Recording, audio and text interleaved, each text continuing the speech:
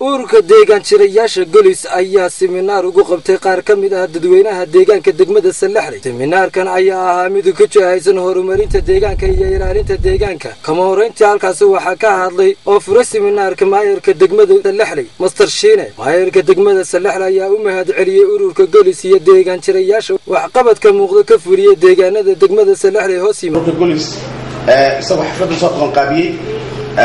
aad iyo aad waxaan qaranku maanta qeynashada dadka qof soo ajibay markii loogu yeeray maanta inay ka soo qayb galaan training ku saabsan ilaalinta deegaanka. runtii aan waxaan nahay dad xoolo dhaqataa baan nahay oo degmadan waa dad xoolo dhaqataa mudnaan weyn bay noo leeyihiin dadka nagala shaqeynaya dhinaca deegaanka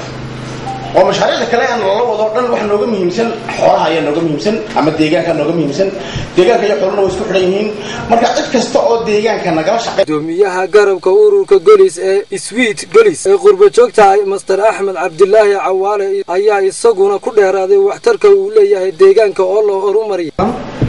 laakiin maanta tan uu soconaa way ka duwan tahay taa wadada cad waxaan uu soconaa arrin kale oo iyaduna aad iyo aad muhiim ah waxaanu aaminsanahay oo aan isku qancinay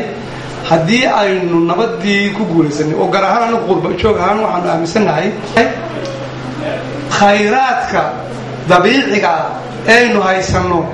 iyo horumarka xiriir ka dhaxeeya. gabagabadii gudoomiyaha ururka Golis Marwa Aamina Cismaan ayaa ka faalootay goynta geedka oo sheegtay in la daryeelo dhirta taasina aynu ku qabno faa'iidooyin door leh oo fara badan oo deegaankeenu ku taagan yahay. waxa loo doortay wax kale la idinku ma dooran